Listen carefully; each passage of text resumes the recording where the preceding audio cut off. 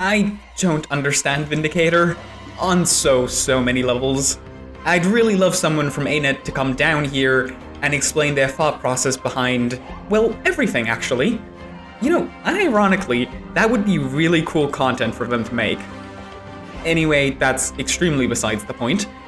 Power Vindicator ironically shares a lot of the same bones as my favorite Revenant build, Connie Renegade. Essentially, you have two legend plus weapon combinations to circle between. While in Shiro, you simply turn on impossible odds and auto-attack to proc it as often as possible while using the sword 2 off cooldown. While in the Achamoris plus Greatsword combination, you use all of the weapon skills except the block, and then use the elite as well. There's not a whole lot of synergy on that one, it's just kind of a matter of energy economy. You could even drop the Greatsword entirely to either simplify it or if you want to take Staff instead. And I deliberately say Achamora's stance instead of Alliance, because as much as I like the Kurzix, Victor is pretty much useless to you here. While you're going between those two things, you also can't forget about your complete non sequitur of a prevention mechanic, your dodge. Use your first dodge regularly to keep up the buff from your Vindicator traits. I am so glad you have 2 dodges again now. Your survivability is okay. You have the good Revenant base stats and a block on Greatsword, as well as the lifesteal from impossible odds. You're not running the lifesteal traits from Devastations because A, they got nerfed, and B, they don't work super great with Greatsword and the Alliance stance.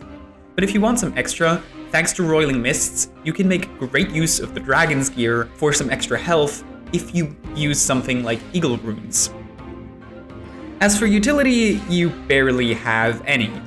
Victor has a cleanse, which is a little awkward to use, and Shiro has a really bad CC skill. And that's it. Yeah, that's not a lot.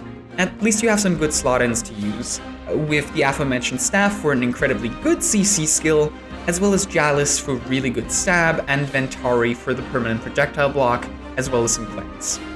Vindicator really does feel like a bit of a cobbled-together mess of ideas that started on the visuals of the Greatsword and using the dodge, along with the lore of the Alliance Spirit, and then the gameplay was retrofitted on top of that. At least that's my impression, and the fact that it had to get mini reworks so many times between the beta and now probably didn't help.